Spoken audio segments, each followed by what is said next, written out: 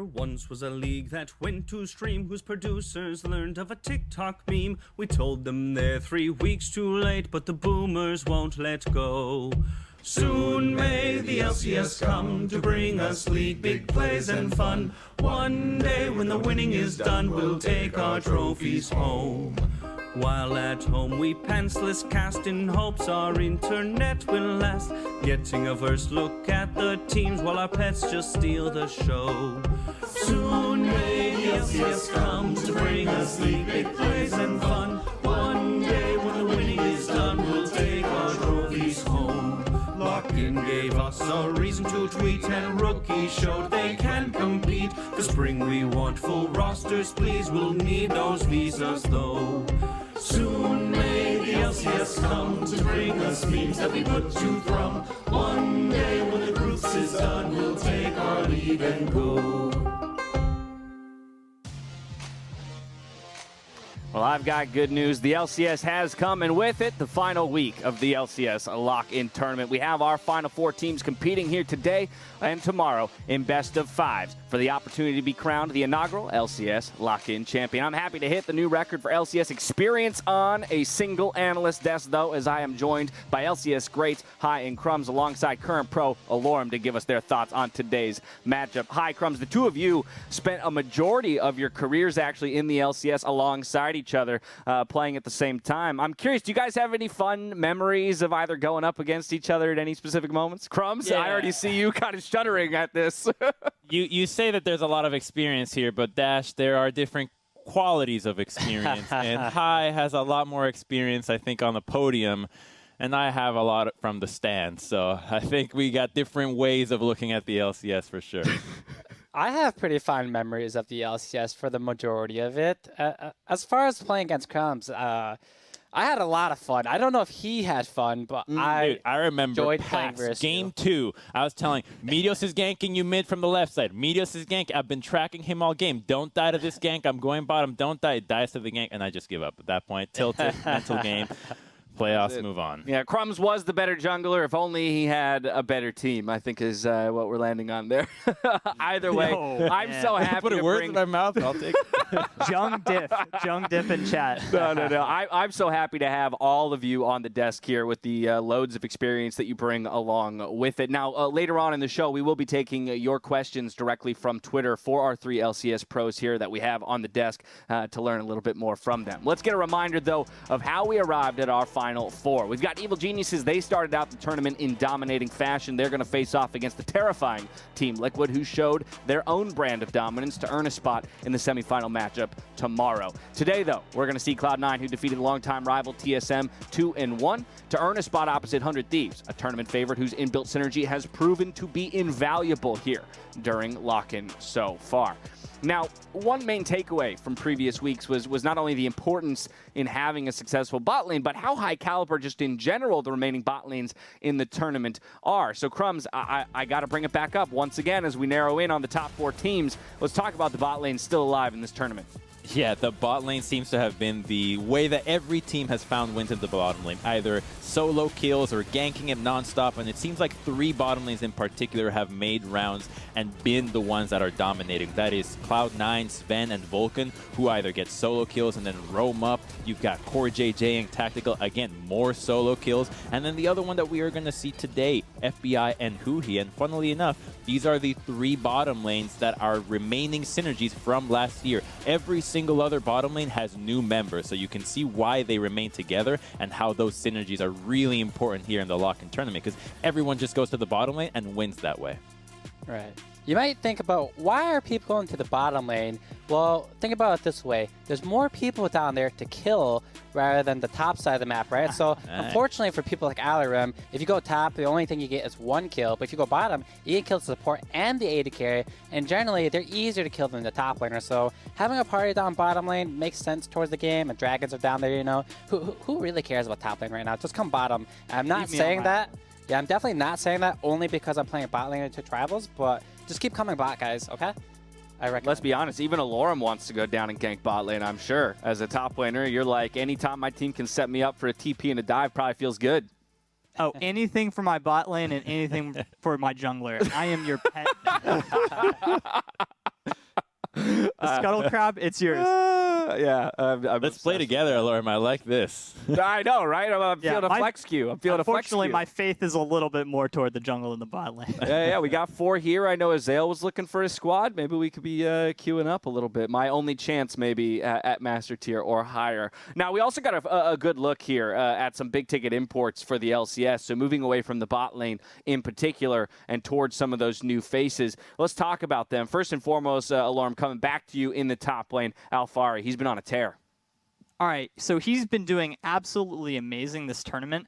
Alfari was debatably one of the best top laners in the LEC. He was the #1 for the All-Pro team. So when you take one of the best top laners who was on the 10th place team in LEC, bring him to NA, its all-time stocks for Alfari are so high. Please invest in Alfari. He's on one of the best teams, if not the best team in NA right now. And so how can you take the best top laner from LEC and just put him on one of the best teams in NA? He's going to be a superstar no matter what. And as long as he keeps up that performance, he's just going to be doing amazing. And already, right now, he's 20 CS up at 15, and he's got the highest damage in the entire league for top lanes. He's just doing absolutely great. What I find interesting about him is that he's not getting any help. Team Liquid keeps playing to the bottom lane. Alfari's just by himself getting all these kills and all these stats. So just shows that he's very used to thriving on the team without resources from that experience in the LEC and still turning up. I think the piece of his story that speaks to me the most is what you called out, Alarm, the fact that he goes from All-Pro on the 10th place team and now is injected into the best, or arguably one of the best rosters here in North America. I think sky's the limit for him as an individual. If we talk about Alfari, though, having a great introduction to the LCS Crumbs, I think we have to talk about a player who's had a bit of a lukewarm introduction to the LCS, especially compared to the grandeur of the signing, the moment of signing him, and that's Sword Art in the offseason. Absolutely. Sword Art was signed after getting to finals on Suning, had an absolute stellar tournament, and then you're thinking he's going to come into TSM and change everything, but there's no pre-existing synergies on TSM. He's not coming into a Team Liquid that already has their game figured out. He's now trying to figure out how to make this roster in TSM play the way that he wants to play, which is he's a very vocal leader. So I think right now Sword Art needs a lot more time on this TSM roster for not only the roster to figure things out, but to know what they actually need out of a support that can offer so much motivation for their players. Another big import that still seems to be struggling to find perfect footing here high is, of course, Perks in the mid lane. Right, so Perks might not have the best of stats right now. However, he has to adjust from playing with G2, which had amazing players on it. Don't get me wrong, Cloud9's strong as well, but when you go from playing with world's best players to NA's best players, you might have to do a bit of adjustment and just give him some time. I expect him to come out ahead in this matchup and play a lot better coming spring split as well. Well, we get to see him play today, so we'll see if any adjustments have been made within the past week. Now, week 2, though, wrapped up with a killer performance from Cloud9 support. So to hear more about it, here's Riv with MasterCard's Player of the Week, Vulcan. Thanks, Dash. I'm joined by Cloud9's Vulcan for his second MasterCard Player of the Week, repping the bot lane for Best Player. You'll love to see it. Vulcan, how you been?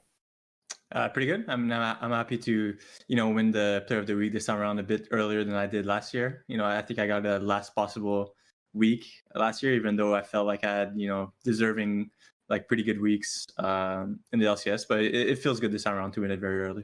Absolutely, you've been crushing it, and we will talk about that. But I got to ask, it must be good to just be back to competing. Oh yeah, it feels good to just be back and kind of show that. Even though we lost last year, so that we're still very good players and kind of have that redemption that we need to have because of the way we ended things last year. Just I don't think we came back too strong, but just show that we're still good players. Showing decently strong already. How do you feel the lock-in has been for you, or how just has it been, and getting to know the new solo laners on the team?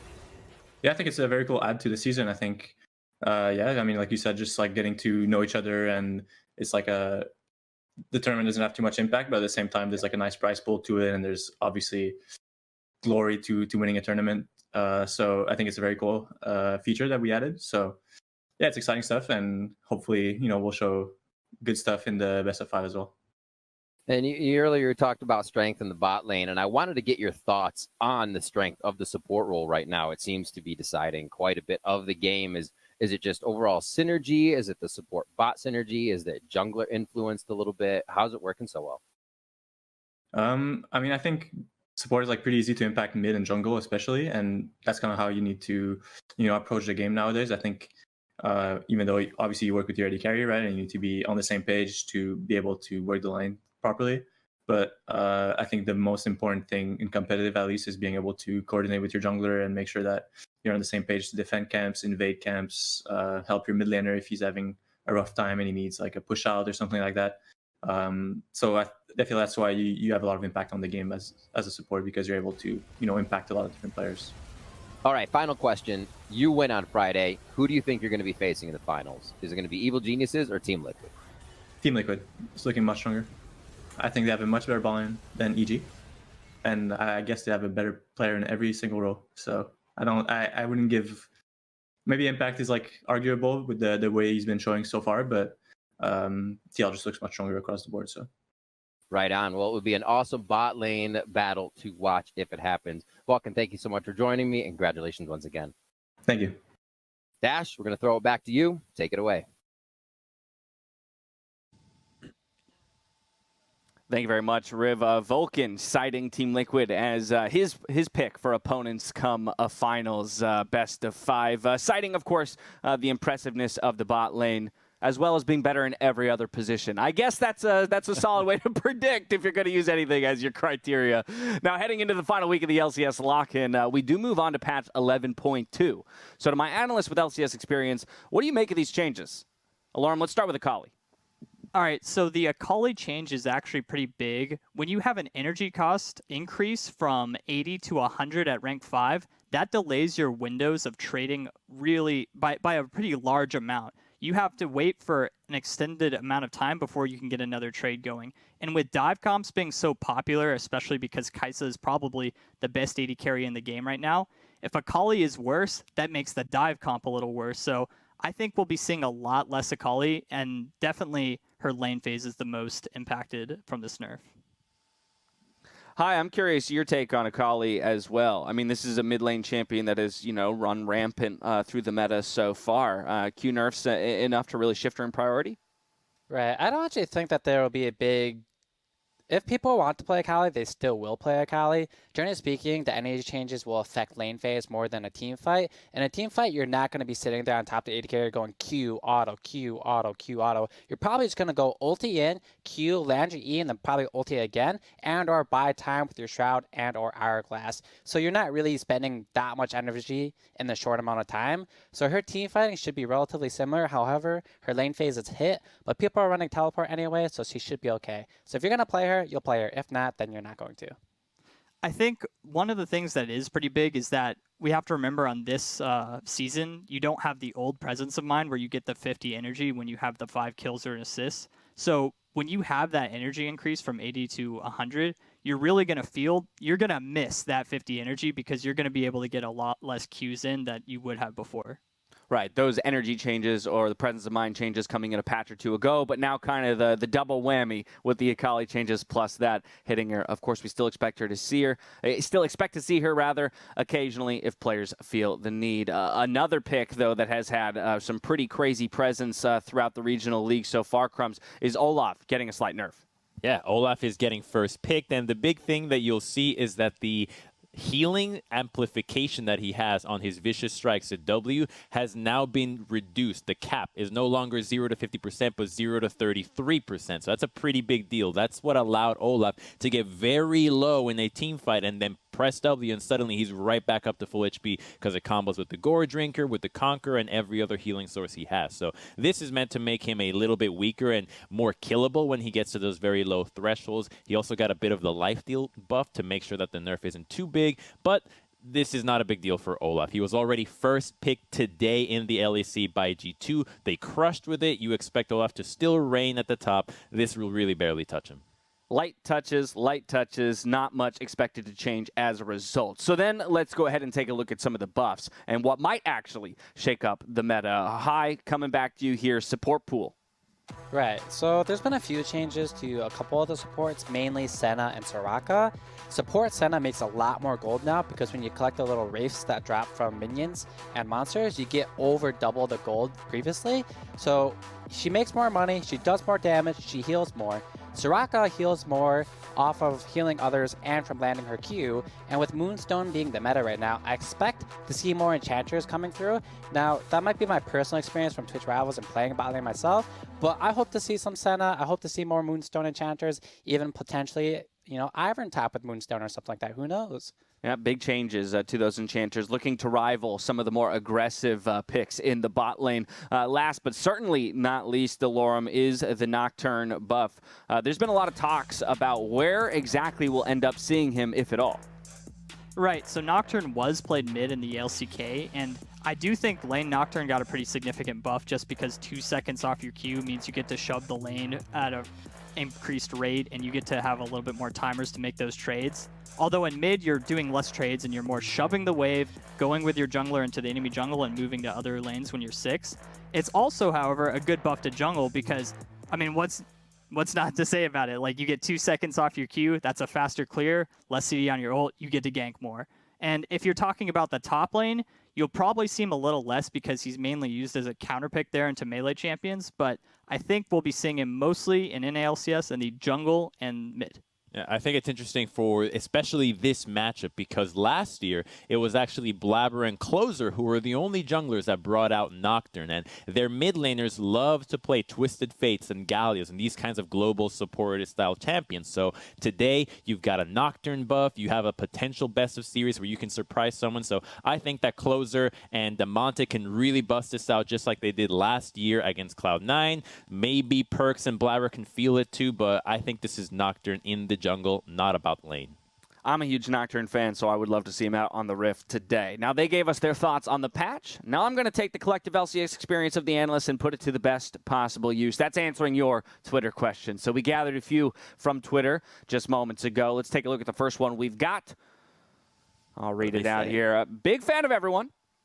At what level of gold conversion in terms of wave, turret, neutrals is a kill a great success, moderate success, meh, a failure? So basically, how do you guys identify whether or not a kill was worth it or not based on what else is happening on the map? This comes from sheer adrenaline. Thank you very much for the question. Crumbs, you got an answer?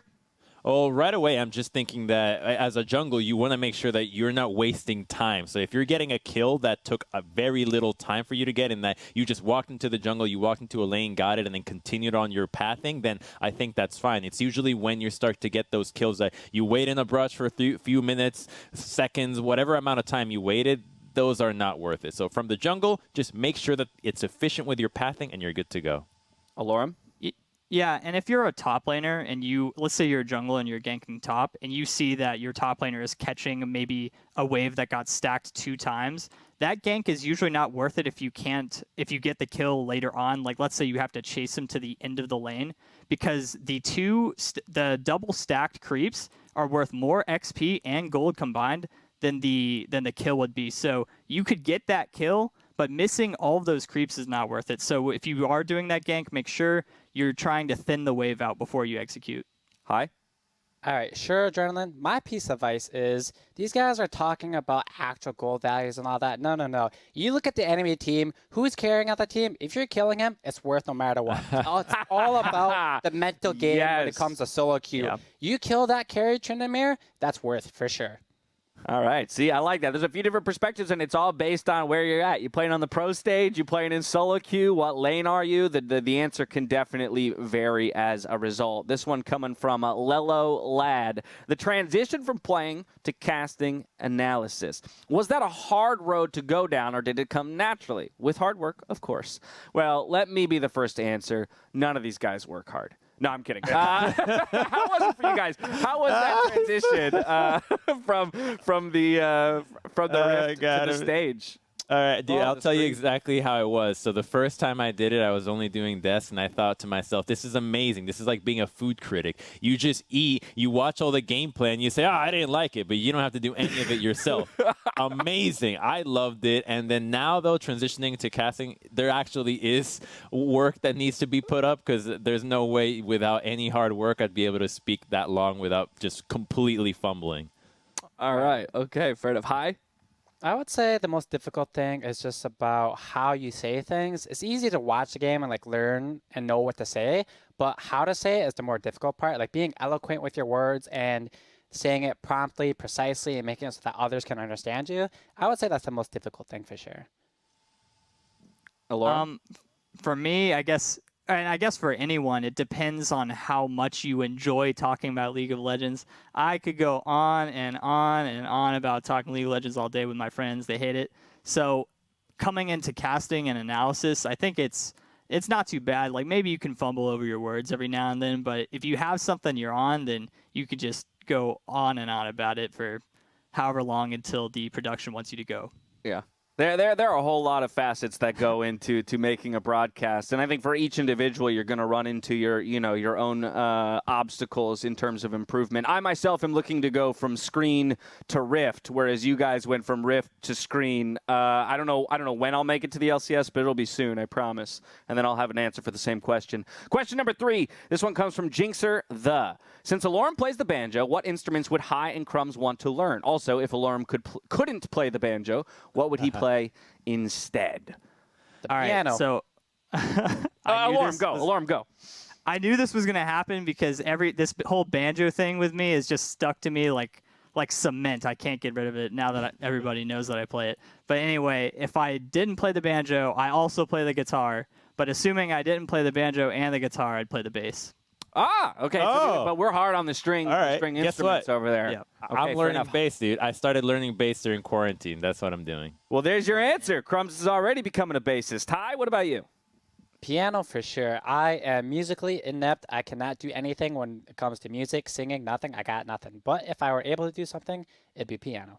I'm with you, High. Piano. Most beautiful instrument in the world. That is what I would choose to learn if I had the time and the patience. We're going to take a quick breather, but on the other side, we get some more advice. This time, it's coming from a literal world champion. Check that out in just a few minutes. Don't go anywhere.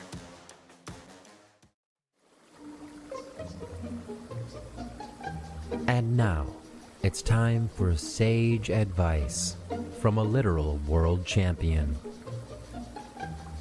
If you're the biggest name import North America has ever seen, make sure to run it down mid on Yone, then full swap to Galio duty to lull your opponents into a false sense of security prior to spring split. They'll never see your Yasuo coming.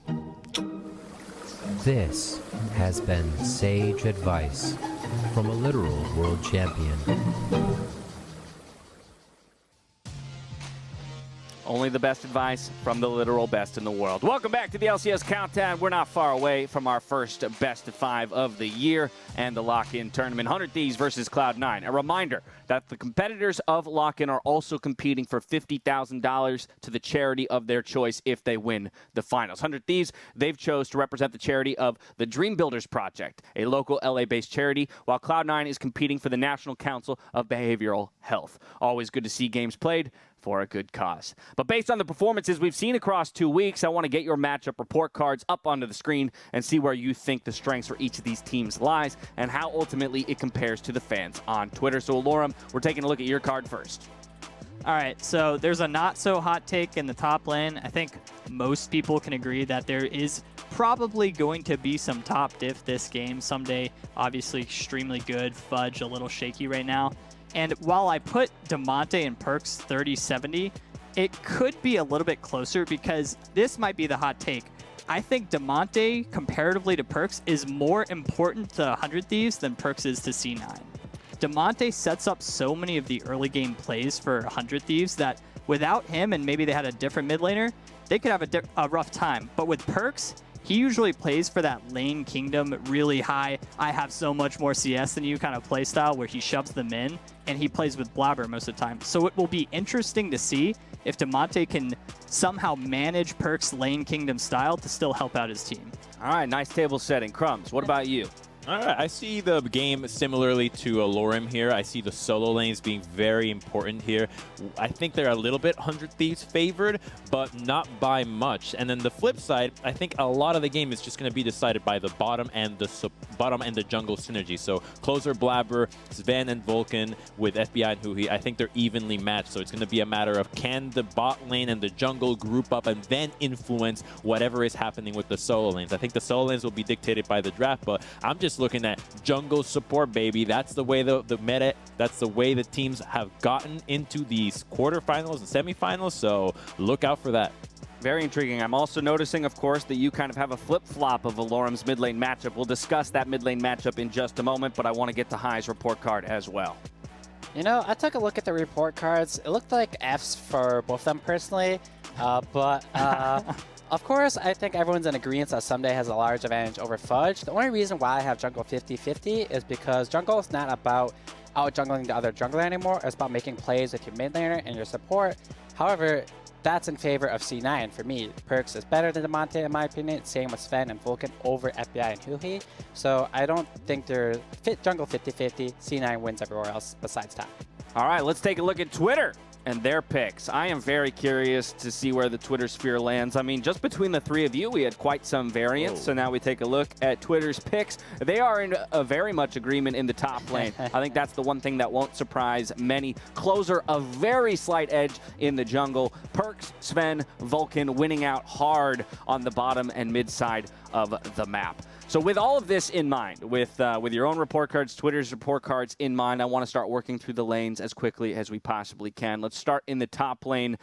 Crumbs, everyone's in agreement that Someday should be the favorite here, but tee up the matchup for us. All right, so if you watched Academy for the past few years, you know that Someday absolutely smurfed harder than anybody has ever done it in Academy, whereas Fudge didn't really quite do so much. And you have to also remember, this is Fudge's first year really on the LCS as a pro, whereas Someday has been a legacy beast in the top lane for such a long time. The veteran status that Someday has, finally being given a good team around him, should give him a favorable advantage here, whereas Fudge, still finding his ground on Cloud9, may have a hard time. He's young, he's talented, very aggressive, and he's got a lot on his plate, thinking that he can take over the world. Well, it starts with Someday, though, and you need your jungler to help you out. So I think Blabber and him will have to team up and take him out of just 1v1s. And you've mentioned the junglers, and this is where I want to go back to High. And specifically, High, you said something very interesting during your report card, was the idea that junglers play the game differently now. And I think if we were looking at last year, most people would say, Blabber, he's a star, he can solo carry the game. But with the idea that it's more about what you can do for your team, talk to me about this matchup.